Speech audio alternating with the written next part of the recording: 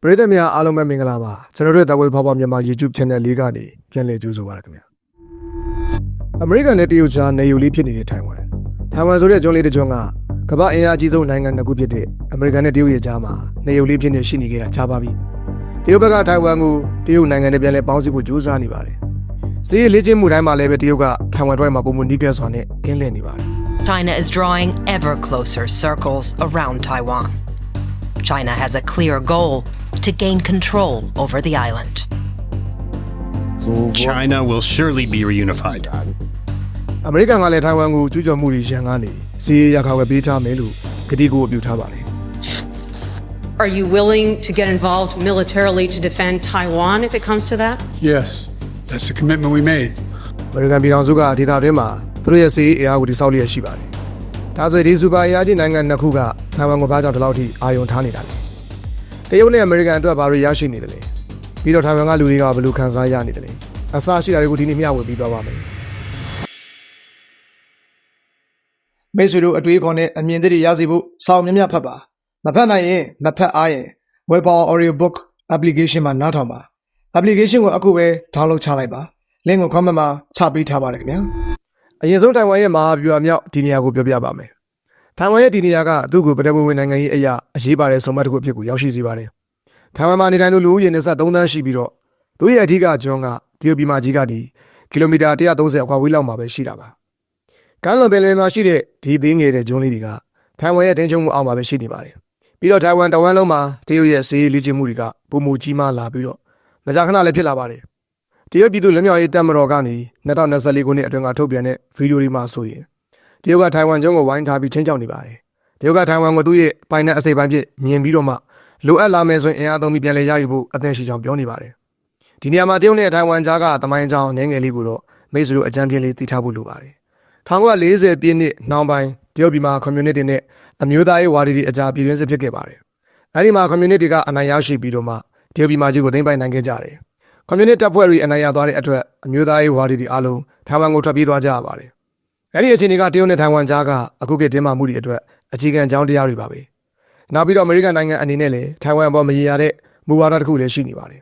်အဲဒါကတော့အမေရိကန်က1990ပြည့်လွန်နှစ်တွေနောက်ပိုင်းကတည်းကတရုတ်ကွန်မြူနတီကိုတရုတ်နိုင်ငံရဲ့တစ်ခုတည်းသောတရားဝင်အစိုးရပြည့်အသိမပြုခဲ့ပါတယ်တစ်ဖက်မှာလည်းအမေရိကန်ကထိုင်ဝမ်နဲ့အလွတ်သဘောဆက်ဆံရေးရှိပြီးကျွန်းကိုကာကွယ်သူအဖြစ်လည်းရှုမြင်ထားပါတယ်ဒါဆိုရင်ထိုင်ဝမ်ကနေအမေရိကန်နဲ့တရုတ်ကဘာကြောင့်မလုပ်ထနိုင်လဲဆိုတာကိုနားလည်ဖို့မြေပုံကိုပြန်ကြည့်လိုက်ကြရအောင်အချို့သောအကြောင်းအရာတွေကတော့ထိုင်ဝမ်ရဲ့ဗျူဟာမြောက်အရေးပါမှုဆိုတာကျွန်းပတ်လည်မှာရှိနေတဲ့အရေးပါတဲ့စုံမက်3နေရာကြောင့်ဖြစ်ပါတယ်အနောက်ဘက်မှာထိုင်ဝမ်ရှိလက်ကြားရှိပါတယ်အဲဒါကတရုတ်နဲ့ထိုင်ဝမ်နှစ်ခုစလုံးအတွက်သာမကလူတိုင်းအတွက်အဓိကကျတဲ့ကုန်သွယ်မှုပြုလုပ်တဲ့လမ်းကြောင်းဖြစ်ပါတယ်မြောက်ဘက်မှာမီယာကိုရေလက်ကြားတည်ရှိပါတယ်အဲဒီရေလက်ကြားကထိုင်ဝမ်နဲ့ဒီဂျပန်ကျွန်းတွေကြားလမ်းကြောင်းဖြစ်ပါတယ်ပြီးတော့တောင်ဘက်မှာဆိုရင်တော့ဘာရှိရေလက်ကြားရှိပါတယ်အဲဒါကထိုင်ဝမ်နဲ့ဖိလစ်ပိုင်ကြားလမ်းကြောင်းဖြစ်ပါတယ်တရုတ်နိုင်ငံအတွက်ထိုင်ဝမ်ရဲ့တပတ်တစ်ချက်စီရှိအဲဒီရေလက်ကြားနှစ်ခုကပစိဖိတ်သမုဒ္ဒရာကိုသွားရာမဟာဗျူဟာမြောက်တကားပေါက်တွေဖြစ်ပါတယ်ထိုင်ဝမ်ကတရုတ်ကမ်းရိုးတန်းရဲ့အလယ်မှာရှိနေပြီးအလွန်အရေးပါတဲ့ဒီနေရာတစ်ခုဖြစ်ပါတယ်အမေရိကန်နိုင်ငံအနေနဲ့ဆိုရင်စစ်တပ်အထိုင်စခန်းအနေနဲ့ထိုင်ဝမ်ကအမြဲတမ်းတပ်ဆွဲထားခြင်းမရှိလို့အမေရိကန်ကပြောနေပြီးမြဲအဲ့ဒီကျွန်းကအမေရိကန်ရဲ့မဟာဗျူဟာမှာအရေးပါတဲ့အခန်းကဏ္ဍကနေပါဝင်နေပါတယ်။ဘာကြောင့်လဲဆိုတာနားလည်ဖို့အတွက်အာရှပစိဖိတ်ဒေသအတွင်းမှာရှိတဲ့စစ်စခန်းတွေကိုလေ့လာကြည့်လိုက်ကြရအောင်ပါ။ဒီဘက်ကတော့ကမ်းရိုးတန်းနဲ့နီးကပ်နေတဲ့တရုတ်ရဲ့အဓိကရေးတဲ့စခန်းအချို့ဖြစ်ပါတယ်။ပြီးတော့တစ်ဖက်ကအမေရိကန်ကလည်းတောင်ကိုရီးယားဂျပန်နဲ့ဖိလစ်ပိုင်တို့မှာသူ့ရဲ့အဓိကကြားတဲ့အခြေစိုက်စခန်းအချို့ရှိပါတယ်။တကယ်လို့ဒီအဆက်ကလေးတွေကိုခြေဆက်လိုက်မယ်ဆိုရင်အမေရိကန်အခြေစိုက်စခန်းတွေကိုခွင်းဆက်တစ်ခုအနေနဲ့မြင်ရပါလိမ့်မယ်။အဲ့ဒီခွင်းဆက်ထဲမှာထိုင်ဝမ်ကအမေရိကန်ပြည်ထောင်စုရဲ့ပထမဆုံးသောကျွန်းခွင်းဆက်လို့ခေါ်တွင်လောက်တဲ့အချက်ချာနေရာမှာတည်ရှိနေပါတယ်။ပထမဆုံးကျွန်းခွင်းဆက်ကိုကြည့်လိုက်မယ်ဆိုရင်အဲ့ဒါအားလုံးက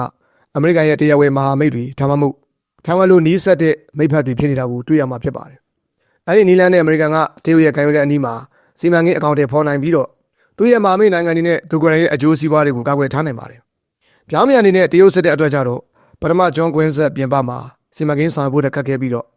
အမေရိကန်ပြည်ထောင်စုကအင်ဒိုပစိဖိတ်ဒေသမှာရှိတဲ့အကျိုးစီးပွားအတွက်လည်းချင်းချောင်နေပါတယ်။ဒီကျွန်းခွင်းဆက်ကိုခိုင်မာနေစေဖို့အတွက်လည်းအမေရိကန်ကဂျပန်နဲ့ဖိလစ်ပိုင်တို့နဲ့စစ်ရေးပူးပေါင်းလေ့ကျင့်မှုတွေကိုတိုးချဲ့နေပြီးအဲဒါကတရုတ်ရဲ့နယ်မြေချက်တွင်ရည်မှန်းချက်တွေကိုသတိထားစောင့်ကြည့်နေတယ်လို့ဖြစ်နေပါတယ်။ဥပမာအားဖြင့်2022ခုနှစ်ထဲမှာအမေရိကန်ကဖိလစ်ပိုင်မြောက်ပိုင်းကအစစ်အခြေစိုက်စခန်းတွေမှာဝင်ရောက်ခွင့်ရရှိခဲ့ပါတယ်။အဲဒီနေရာကအစောပိုင်းမှာတုန်းကပြောပြခဲ့တဲ့ပစိဖိတ်သမုဒ္ဒရာတွေကိုတရုတ်နိုင်ငံရဲ့ဝင်ပေါက်တွေကတစ်ခုဖြစ်တဲ့ဘာရှိရေလက်ကြားဘေးမှာဖြစ်ပါတယ်။အဲဒီနေရာနီးနားမှာ2024အစောပိုင်းတုန်းက အမေရိကန်နဲ့ဖိလစ်ပိုင်တို့ရေပြင်စစ်ရေးလေ့ကျင့်မှုတွေလုပ်နေတာကိုမြင်ရမှာဖြစ်ပါတယ်။အဲဒီစစ်ရေးလေ့ကျင့်မှုမှာတုန်းကဖိလစ်ပိုင်ရေတပ်ကအရင်တုန်းကအသုံးပြုခဲ့တဲ့တရုတ်လိုသင်္ဘောဟောင်းကိုတောင်မှနစ်မြုပ်ပြခဲ့ပြီးတရုတ်ကိုပြတ်သားတဲ့သတင်းစကားပေးပို့ပေးခဲ့ပါတယ်။ဒီလိုမျိုးချင်းချောက်မှုတွေကြောင့်တရုတ်နိုင်ငံအနေနဲ့အမေရိကန်ရဲ့ဂျွန်ကွင်းဆက်မဟာဗျူဟာအတွက်မကျေနပ်နေမှာတော့ထင်ရှားပါတယ်။ဒီအမေရိကန်နဲ့မဟာမိတ်တွေရဲ့ကွင်းဆက်ကိုဖောက်ထွက်နိုင်မှုကြိုးပမ်းမှုတွေကတစ်ခုအနေနဲ့တရုတ်ကလည်းအားကြမကန်သူ့ရဲ့ရေတပ်ကိုလျင်မြန်စွာခင်မြောင်လှုပ်ဆောင်နေပါတယ်။ဥပမာအားဖြင့်ဖူဂျီယန်လို့ခေါ်တဲ့လေယာဉ်သယ်ဆောင်ရေးသင်္ဘောတွေဖြစ်ပါတယ်။ဒါကတော့2024ခုနှစ်စောပိုင်းကပင်လယ်ပြင်မှာလုပ်နေတဲ့စမ်းသပ်မှုတွေဖြစ်ပါတယ်။အဲဒါကတရုတ်ရဲ့တတိယမြောက်သောလေယာဉ်သင်္ဘောဖြစ်ပြီးတရုတ်ရေတပ်ကအကြီးဆုံးသင်္ဘောဖြစ်ပါတယ်။တရုတ်ဘက်ကအထူးနံပါတ်1ရည်ရွယ်ချက်ကပြည်ပကဖြစ်ပွားနေခြင်းတွင်အမေရိကန်တို့ကိုဒေသတွင်းကနေထွက်ခွာသွားစေဖို့ဖြစ်ပါတယ်။ဒါကြောင့်အနည်းချုပ်ပြောရရင်တော့ထိုင်ဝမ်ရဲ့ဒီနေရာကဒေသတွင်းမှာသာစီရရှိဖို့ကြိုးပမ်းရမှာနိုင်ငံစလုံးအတွက်မရှိမဖြစ်လိုအပ်ပါတယ်။နယ်မြေအရအရေးပါတာတွေပြောပြီးပြီဆိုတော့စီးပွားရေးအရာလည်းနိုင်ငံစလုံးကထိုင်ဝမ်ကိုဘလို့မိခိုနေရကြလဲဆိုတာကိုဆက်ပြောပြပါမယ်။စီးပွားရေးအရာဂျွန်နိုင်ငံဖြစ်တဲ့ထိုင်ဝမ်ကိုတရုတ်ကအမေရိကန်ကနိုင်ငံတနိုင်ငံအဖြစ်တရားဝင်အတိအမှတ်မပြုပြီးမြဲလေတရုတ်နဲ့အမေရိကန်နိုင်ငံစလုံးအတွက်အလွန်အရေးပါမှုရှိနေပါတယ်။တရုတ်နဲ့အမေရိကန်နိုင်ငံစလုံးကထိုင်ဝမ်နဲ့အရေးပါတဲ့ကုန်သွယ်မှုဆက်ဆံရေးရှိပါတယ်။ပြီးတော့စီးပွားရေးအများစုက TSMC လို့ခေါ်တဲ့ Taiwan Semiconductor Manufacturing Company Taiwan Semiconductor ထုတ်လုပ်ရေး company တခုတည်းစီကဖြစ်ပါတယ်။အဲဒီ company က microchips တွေထုတ်လုပ်ပါတယ်။ကမ္ဘာပေါ်မှာရှိတဲ့အဆင့်မြင့်ထုတ်ကုန်90%အထိကိုထိုင်ဝမ်ကထုတ်လုပ်ပါတယ်။အမေရိကန်နဲ့တရုတ်နိုင်ငံစလုံးကအဲ့ဒီအရာတွေပေါ်မိခိုနေကြပါတယ်။တခြားနိုင်ငံတွေလည်းအလားတူပါပဲ။မိတ်ဆွေအခုဗီဒီယိုကိုကြည့်ရှုဖို့အသုံးပြုနေတဲ့စက်ပစ္စည်းမှာလည်း TSMC ရဲ့ semiconductors တွေပါဝင်နေတဲ့အတွက်ကြည့်ရှုနိုင်တာလည်းဖြစ်ပါတယ်။ကားအသစ်တွေရေခဲသတ္တတွေနဲ့တိုက်လေယာဉ်တွေမှာလည်းပါဝင်ပါတယ်။လျှက်စစ်ပစ္စည်းတိုင်းလိုမှာကိုဒီ semiconductor တွေကပါဝင်ပါတယ်။ဒါအပြင်အခုကရဲ့ဉာဏ်နှုံးမြင့်နည်းပညာဖြစ်တဲ့ AI ရဲ့ model အသစ်တွေကိုဖန်တီးထုတ်လုပ်ဖို့အတွက်ကိုလည်း semiconductor တွေကလိုအပ်ပါတယ်။ပြီးတော့အမေရိကန်ခေါင်းဆောင်တွေစိုးရိမ်နေတဲ့အချက်ကတော့ထိုင်ဝမ်ကိုတရုတ်ပေါ်ဆုံးရှုံးလိုက်ရခြင်းကသူတို့ရဲ့စီးပွားရေးဝယ်ပြီးတိုင်းပြောင်းသွားစေနိုင်ခြင်းပါပဲ။အမေရိကန်အနေနဲ့တရုတ်ရဲ့လွှမ်းမိုးမှုအောက်မှာရှိနေတဲ့ဒေသတစ်ခုဟာအမေရိကန်ကိုကုန်သွယ်မှုနဲ့ယင်းနှိမ့်မြုပ်နှံမှုအတွက်ဖွင့်ပေးလိမ့်မယ်လို့မယူဆကြပါဘူး။တရုတ်အတွက်ထိုင်ဝမ်ကဘာကြောင့်အရေးပါတယ်လဲဆိုတာကိုနားလည်ဖို့အတွက်တရုတ်သမိုင်းကိုနည်းငယ်ပြန်ကြည့်ရပါမယ်။တရုတ်ကအရှက်ရစေခဲ့သောရာစုလို့ခေါ်တဲ့ကာလအတွင်းမှာထိုင်ဝမ်ကိုထိန်းချုပ်နိုင်မှုဆုံးရှုံးခဲ့ရပါတယ်။19ရာစုအလယ်ပိုင်းကနေ20ရာစုအလယ်ပိုင်းအထိတရုတ်နိုင်ငံအတွင်းမှာပြည်ပကျူးကျော်မှုတွေနဲ့ပြည်တွင်းအငြင်းပွားမှုတွေနဲ့ရှိနေခဲ့ပါတယ်။ဒီသမိုင်းကအရေးကြီးပါတယ်။ဘာလို့လဲဆိုတော့အဲ့ဒီကာလမှာဖြစ်ခဲ့တဲ့ဒီအကျိုးနည်းပွေရအယူဆတွေကအခုချိန်ထိတရုတ်နိုင်ငံရဲ့နိုင်ငံရေးအယူဝါဒအပေါ်မှာကြီးမားတဲ့အခန်းကဏ္ဍကနေပါဝင်နေသေးတာကြောင့်ဖြစ်ပါတယ်။1895မှာဂျပန်ကထိုင်ဝမ်ကိုတရုတ်လက်ထက်ကနေသိမ်းယူပြီးကိုလိုနီပြုခဲ့ပါတယ်။ဒုတိယကမ္ဘာစစ်ပြီးမှမဟာမိတ်နိုင်ငံတွေကဂျပန်ကိုကိုလိုနီနယ်တွေပြန်လည်ပေးအပ်ဖို့ဖိအားပေးခဲ့ပါတယ်။ဒါပေမဲ့အဲ့ဒီအချိန်မှာတရုတ်နိုင်ငံကပြည်တွင်းစစ်ဖြစ်ပွားနေစေကာလအတွင်းဖြစ်ပါတယ်။ The Government of the Republic of China သို့မဟုတ် ROC ကိုချန်ကေရှေ့ရဲ့အမျိုးသားရေးဝါဒီတွေကဥဆောင်ပါတယ်။တစ်ဖက်ကမော်စီတုံးဥဆောင်တဲ့ကွန်မြူနတီတွေကချန်ကေရှေ့ဥဆောင်တဲ့မျိုးသားရေးဝါဒီတွေကိုစန့်ကျင်ပါတယ်။1949ခုနှစ်မှာအနိုင်ရရှိခဲ့တဲ့ကွန်မြူနတီကဘေကျင်းမြို့ကိုချီတက်ခဲ့ပြီးတော့တရုတ်ပြည်မကြီးမှာတရုတ်ပြည်သူသမ္မတနိုင်ငံ The People's Republic of China ကိုစတင်ထူထောင်ခဲ့ပါတယ်။အရှုံးနဲ့ရင်ဆိုင်ခဲ့ရတဲ့ချန်ကေရှေ့ဥဆောင်တဲ့တရုတ်အစိုးရကတော့ထိုင်ဝမ်ကိုထွက်ပြေးသွားခဲ့ရတယ်။ဒါကြောင့်သူတို့တရုတ်လို့ခေါ်တဲ့အစိုးရနှစ်ရက်ရှိနေတာဖြစ်ပါတယ်။တခုကပြည်မကြီးက People's Republic of China သို့မဟုတ် PRC လို့ခေါ်ပါတယ်။နောက်တစ်ဘက်ကတော့ထိုင်ဝမ်မှာရှိတဲ့ The Republic of China သို့မဟုတ် ROC ဖြစ်ပါတယ်။တရုတ်ဆိုရ PRC ကထိုင်ဝမ်ကိုခွဲထွက်ပြည်နယ်တစ်ခုဖြစ်ရှုမြင်ပြီးတရုတ်နိုင်ငံထဲသာရှိတယ်လို့ပြောကြားခဲ့ပါတယ်။ဒါပေမဲ့တကယ်တမ်းတော့ထိုင်ဝမ်ကိုဘယ်သူမှတကယ်မအုပ်ချုပ်နိုင်ခဲ့ပါဘူး။အမေရိကန်အပါအဝင်ကမ္ဘာနိုင်ငံအများစုကလည်း One China policy ကိုသာလက်ခံကြပါတယ်။သူတို့တွေကထိုင်ဝမ်ကိုလွတ်လပ်တဲ့နိုင်ငံအဖြစ်အတိအမှတ်မပြုခဲ့ကြပါဘူး။ဒါဆိုရင်ထိုင်ဝမ်ကိုအမေရိကန်ကဘာကြောင့်ထောက်ပံ့နေတယ်လဲ။အဲဒီလိုလုပ်ဖို့အတွက်ကလည်းတမိုင်းကြောင်းတစ်ခုရှိနေပါတယ်။အဲ့ဒါကတော့တရုတ်ပြည်တွင်းစစ်အပြီးမှာအမေရိကန်ကထိုင်ဝမ်မှာရှိတဲ့မြို့သားရေးဝါဒီအစိုးရကိုတခုတည်းတော့တကယ်တရုတ်နိုင်ငံအဖြစ်မြင်ခဲ့ပြီးတော့ပြည်မကြီးမှာရှိတဲ့တရုတ်ကွန်မြူနတီအစိုးရကိုညှင်းပယ်ခဲ့ပါတယ်။ဘုံကာကွယ်ရေးသဘောတူညီချက်အစာချုပ်အရထိုင်ဝမ်ထဲမှာအမေရိကန်စစ်သားတွေကိုတပ်ဆွဲထားခဲ့တယ်။ဒါပေမဲ့1990ခုနှစ်တွေအတွင်းမှာတော့အပြောင်းအလဲတွေဖြစ်ခဲ့ပါတယ်။အမေရိကန်ကပြည်မကြီးတရုတ်နဲ့ပုံမနီးကပ်တဲ့ဆက်ဆံရေးရရှိရန်အတွက်ကိုလည်းကြိုးပမ်းခဲ့ပါတယ်။အဲ့ဒါကတော့ထိုင်ဝမ်မှာရှိတဲ့အမေရိကန်တိုင်ယုံကိုပိတ်ပြီးအမေရိကန်တပ်တွေကိုထိုင်ဝမ်နိုင်ငံအတွင်းကနေရုပ်သိမ်းလိုက်တာဖြစ်ပါတယ်။နိုင်ငံခြားအလွတ်သဘောအရဆက်ဆံမှုအတွက်ကတော့တရားဝင်အမေရိကန်တိုင်ယုံမရှိပေမဲ့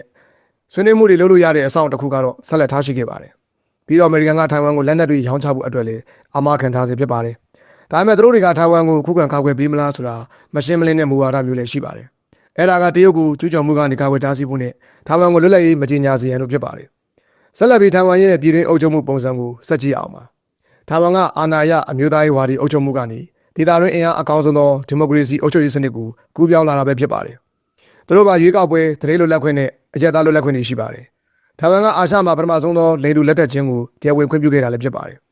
2024ခုနှစ်ရွေးကောက်ပွဲမှာအနိုင်ရခဲ့တဲ့ပါတီကတတိယအကြိမ်မြောက်ဖြစ်ပြန်လဲအရွေးခံရတာဖြစ်ပြီးတရုတ်ပြည်မှနဲ့တင်းမာနေတဲ့အခြေအနေကိုဆက်လက်ထိန်းသိမ်းထားဖို့ကတိပြုခဲ့ပါတယ်ထိုင်ဝမ်ပြည်သူတွေအနေနဲ့တရုတ်ပြည်မှချင်းနဲ့ပေါင်းစည်းမှုမလုပ်ချင်ဘူးဆိုတာမှန်ပေမဲ့တရုတ်ရဲ့ချင်းချောင်းမှုတွေနဲ့အမေရိကန်နိုင်ငံရဲ့ပါဝင်နေမှုတွေကြားမှာမတူညီတဲ့အမြင်တွေရှိကြပါတယ်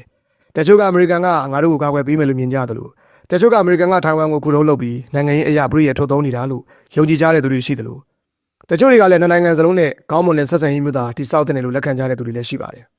တချို့နိုင်ငံရေးသုံးသပ်သူတွေကလည်းအမေရိကန်တရုတ်ပြန်ဆန်မှုကြားမှာထိုင်ဝမ်ကကစားပွဲနေရုပ်သာဖြစ်တယ်လို့လူအများကယူဆကြပြီးတော့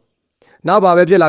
ကျွန်းအနေနဲ့သူ့ရဲ့ကိုယ်ပိုင်ကံကြမ္မာကိုဆုံးဖြတ်ပိုင်ခွင့်နဲ့ကိုယ်ပိုင်အုပ်ချုပ်ခွင့်ရှိသင့်ပါတယ်လို့သုံးသပ်ပြောဆိုတာတွေလည်းရှိပါတယ်ထိုင်ဝမ်နိုင်ငံအနေနဲ့ကစူပါပါဝါနှစ်ခုစလုံးအတွက်တခုခုကိုကုစားပြုနေပါတယ်ထိုင်ဝမ်ကအမေရိကန်ကိုကမ္ဘာအမြင်မှာဒီမိုကရေစီနဲ့အရေးရှင်စနစ်ကိုအားပေးတဲ့နိုင်ငံဆိုတဲ့ပုံရိပ်ကိုပုံဖော်ပေးရရောက်ပါတယ်တရုတ်နိုင်ငံကတော့တပါတီစနစ်နဲ့ဆိုရှယ်လစ်ဈေးကွက်စီးပွားရေးစနစ်ကိုကျင့်သုံးတာဖြစ်ပါတယ်ပြီးတော့တရုတ်ကွန်မြူနစ်ပါတီရဲ့အဓိကဇက်ကြောင်းကထိုင်ဝမ်ကိုဗဟိုပြုပါတယ်စောစောကပြောခဲ့တဲ့ထိုင်ဝမ်ကိုတရုတ်ဆောင်ရှုံးခဲ့တဲ့တစ်ချိန်တုန်းကအရှက်ရရှိခဲ့တဲ့ရာဇဝတ်ကိုမှတ်မိအောင်ပဲထင်ပါတယ်တရုတ်သမ္မတရှီကျင်းဖျင်ကထိုင်ဝမ်ကိုပြန်လည်ပေါင်းစည်းအောင်လုပ်နိုင်ခြင်းဟာအဲ့ဒီအရှက်ရမှုကိုကျော်လွှားရနိုင်တဲ့အရေးကြီးတဲ့ခြေလှမ်းတစ်ခုအဖြစ်ရှုမြင်ပါတယ်